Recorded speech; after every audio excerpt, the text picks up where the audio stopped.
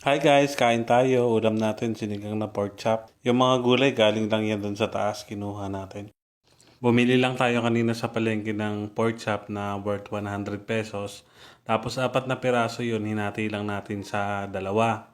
Yung kalahati, mamayang hapon natin ulamin, ipiprito na lang natin. Tapos ito ngayon, magsisigang tayo kasi gusto ni Chubbs ng sabaw. Kumuha tayo ng kangkong dito sa taas. Marami siyang halaman dito sa taas.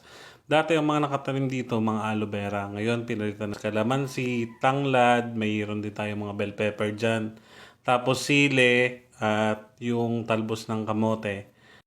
Tapos yung mga tanim na yan, yung iba, yung mga dahon-dahon na yan, yung kangkong, tapos talbos ng kamote. Minsan sinasama namin yan sa pagkain ni Luna. Pag gumagawa kami ng oats yan sa umaga, minsan sa hapon.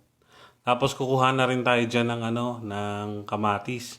Yung kamatis natin dyan, maraming bunga dati. Ngayon, kokonti na lang. Kaya yun na lang yung natira. Yung mga buko na lang yan, hindi pa hinog. Pero pwede na yan. Kasi wala naman na. Tapos papalitan natin yan.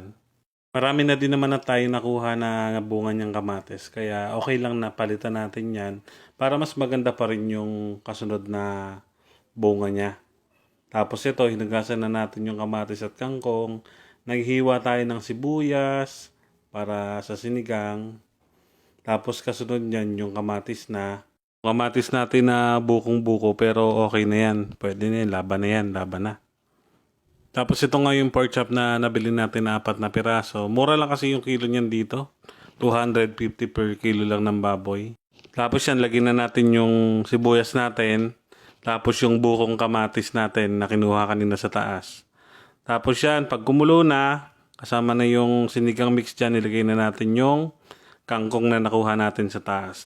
Bali, ang nagastos lang natin dyan, 60 pesos kasama yung sinigang mix.